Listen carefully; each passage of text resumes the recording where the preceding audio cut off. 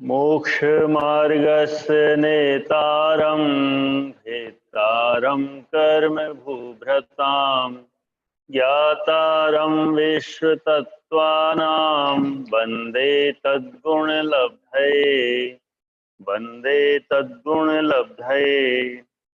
नित्यावस्थितान्य रूपाणी। 4 अर्थ पूर्व में कहे सभी द्रव्य नित्य, अवस्थित और अरूपी है। रूपिण पुद्गलाय। 5 अर्थ पुद्गल द्रव्य रूपी यानी मूर्तिक है। धर्म, अधर्म, आकाश, काल और जीव तथा पुद्गल द्रव्य नित्य है, अवस्थित है और अरूपी है। नित्य, नित्य शब्द का अर्थ ध्रुव्य है, अथवा जिस भाव से पदार्थ उपलक्षित है उसका उसी रूप से रहना द्रव्य है। द्रव्य के भाव का नाश नहीं होना ही नित्यत्व है। प्रत्येक द्रव्य में 2 प्रकार के गुण पाए जाते हैं, विशेष और सामान्य। जैसे धर्म द्रव्य का विशेष गुण तो गति हेतुत्व होना है और सामान्य गुण अस्तित्व है। इसी तरह सब द्रव्यों में सामान्य और विशेष गुण पाए जाते हैं। कभी भी द्रव्यों के इन गुणों का नाश नहीं होता। जिस द्रव्य का जो स्वभाव है वो स्वभाव सदा रहता है। इसी तद्भावाव्यय को नित्य कहते हैं। अतः सभी द्रव्य नित्य है। पर्यायार्थिक नए की अपेक्षा गति हेतुत्व आदि रूप विशेष लक्षणों को ग्रहण करने वाला और द्रव्यार्थिक नए की अपेक्षा अस्तित्व आदि रूप सामान्य लक्षणों को ग्रहण करने वाले ये 6 द्रव्य कभी विनाश को प्राप्त नहीं होते, कभी नष्ट नहीं होते, अनादि से 6 है और अनंत काल तक 6 ही रहेंगे। इनका कभी विनाश नहीं होगा। द्रव्य का जो स्वभाव है वो कभी नष्ट नहीं होता। जैसे अग्नि का स्वभाव उष्णता, वो उसे कभी नहीं छोड़ती। इसी प्रकार से सभी द्रव्यों का स्वभाव ध्रुव है। यदि स्वभाव का ही नाश हो जाए तो द्रव्य का ही नाश हो जाएगा। तथा वस्तु का स्वभाव नित्य है तो सभी द्रव्य नित्य है, अवस्थित। ये सभी 6 द्रव्य अपनी 6 की संख्या का उल्लंघन नहीं करते, इसलिए अवस्थित कहे जाते हैं। द्रव्य जाति अपेक्षा से 6 है, अनादि से 6 है और अनंत काल तक 6 ही रहेंगे। न तो ये 6 से बढ़कर 7 होते हैं और न कभी 6 से घटकर 5 होते हैं। सदा 6 के 6 ही रहते हैं, इसलिए इन्हें अवस्थित कहते हैं। धर्म द्रव्य, अधर्म द्रव्य और जीव द्रव्य ये तीनों असंख्यात प्रदेशी है। पुद्गल द्रव्य संख्यात, असंख्यात, अनंत प्रदेशी है। आकाश द्रव्य अनंत प्रदेशी, काल द्रव्य एक प्रदेशी है। ये 6 द्रव्य पृथक पृथक अपने प्रदेशों की संख्या का उल्लंघन नहीं करते, वैसे ही अवस्थित रहते हैं, इसलिए अवस्थित कहे जाते हैं। राजवार्तिक 3 नित्य कहने के बाद अवस्थित कहने का कारण। धर्मादि द्रव्यों के गत्युपग्रह, स्थित्युपग्रह, उत्पाद, व्यय, ध्रुव्य, मूर्तिमत्व, अमूर्तिमत्व आदि अनेक लक्षण वाले अनेक परिणमन होते हैं। आत्मनित्य के बाद भी अवस्थित वचन का कथन किया है। इससे जाना जाता है कि धर्मादि द्रव्य गति उपग्रह आदि रूप से अनेक रूप परिणमन करने पर भी कभी धर्म, अधर्म, आकाश और काल में मूर्तिमत्व, उपयोगत्व परिणाम नहीं होते। जीव में अचेतनत्व और पुद्गल में अमूर्तत्व नहीं आ सकते, इसलिए सर्वद्रव्य नित्य होते हुए भी अपने स्वरूप का त्याग नहीं करते। इस कथन को सूचित करने के लिए अवस्थित वचन का ग्रहण किया है। राजवार्तिक 4 धर्मादि सर्व द्रव्यों में द्रव्यार्थिक नय और पर्यायार्थिक नय की गौण मुख्य विवक्षा से अनेक प्रकार का परिणमन बन जाता है। स्थिति, उत्पत्ति और ध्रुव्यत्व एक साथ रहते हैं।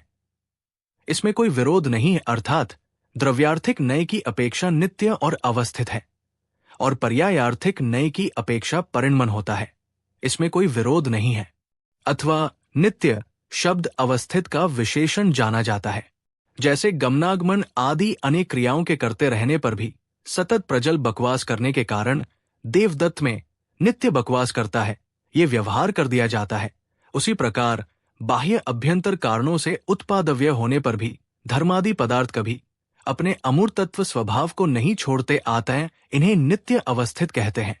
राजवार्तिक 5 से 6 नित्य कहने से ये सिद्ध होता है कि अनादि अनंत है, लेकिन इनमें संख्या कम ज्यादा भी तो हो सकती है। लेकिन अवस्थित कहने से ये भी पक्का हो जाता है कि ये संख्या में 6 है तो 6 ही रहेंगे, कम ज्यादा नहीं होगे। इनके हिस्से होकर या 2 मिलकर एक नहीं होगे। संख्या अवस्थित है। अरूपी रूपादि का निषेध करके धर्मादिक के अमूर्त तत्व स्वभाव की सूचना करने के लिए है। नहीं है रूप जिसके वो अरूप कहलाता है। रूप के निषेध से रूप के अविनाभावी रस, गंध, स्पर्शादि का भी निषेध जानना चाहिए। अरूपी का अर्थ अमूर्तिक है। राजवार्तिक 8। पुद्गल द्रव्य को छोड़कर पांचों द्रव्य में रूप नहीं पाया जाता, इसलिए अरूपी है। यह रूप का मतलब स्पर्श, रस, गंध, वर्ण से है, इसलिए ये पांचों द्रव्य अमूर्तिक है। रूपादि एवं मूर्ति किसे कहते हैं? रूप, रस, गंध, स्पर्श और गोल, त्रिकोण, चौकोर, लंबा, चौड़ा आदि आकृतियों को रूपादि कहते हैं। और उन रूप रसादि और गोल, चौकोर आदि आकृति रूप जिसका परिणमन है उसे मूर्ति कहते हैं। अथवा रूप शब्द से आंखों के द्वारा ग्रहण करने योग्य रूप नामक पुद्गल के गुण विशेष को ग्रहण करना चाहिए। राजवार्तिक 2 से 3। पुद्गल को रूपी कहने से रसादि का भी ग्रहण हो जाता है, क्योंकि रस, गंध और स्पर्श का रूप के साथ अविनाभाव संबंध है। आत रूप के कहने से रसादि का ग्रहण हो ही जाता है। राजवार्तिक 4। पुद्गल से रूपादि भिन्न है या अभिन्न। पुद्गल से रूपादि कथनचित भिन्न है और कथनचित अभिन्न। यद्यपि पुद्गल द्रव्य से भिन्न रूप नहीं है, पुद्गल का ही परिणमन होने से द्रव्यार्थिक नए की अपेक्षा रूप पुद्गल से भिन्न उपलब्ध नहीं है, तथापि पर्यायार्थिक नए की विवक्षा से रूप का नाश होने पर भी पुद्गल द्रव्य अवस्थित रहता है, क्योंकि रूपादि तो उत्पन्न होते हैं और नष्ट होते हैं।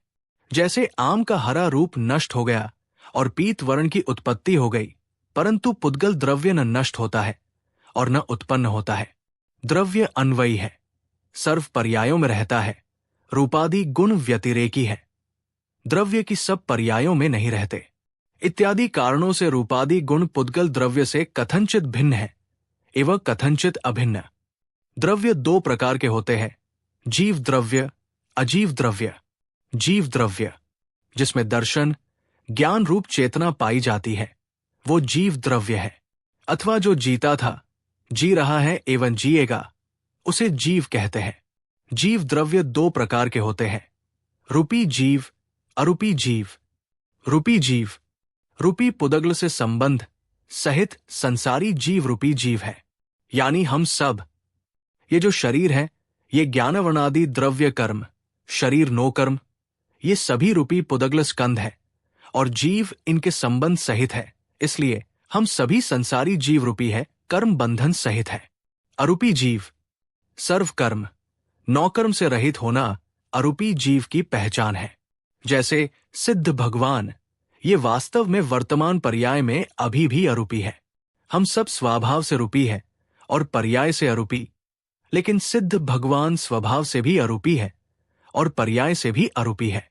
अजीव द्रव्य जीव से विपरीत लक्षण वाला अजीव है।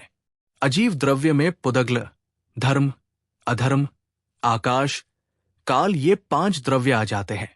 ये पांचों द्रव्य भी 2 प्रकार के होते हैं, रूपी, मूर्तिक, अजीव, अरूपी, अमूर्तिक, अजीव। रूपी अजीव स्पर्श आदि गुणों से सहित है, उसे रूपी अर्थात मूर्तिक द्रव्य है, तथा वह पुद्गल द्रव्य है।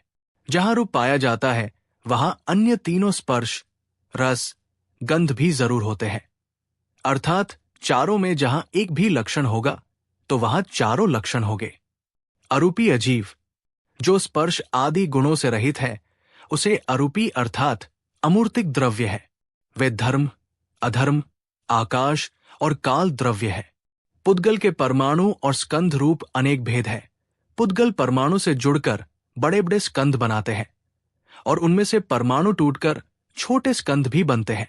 ये गुण अन्य द्रव्यों में विद्यमान नहीं है।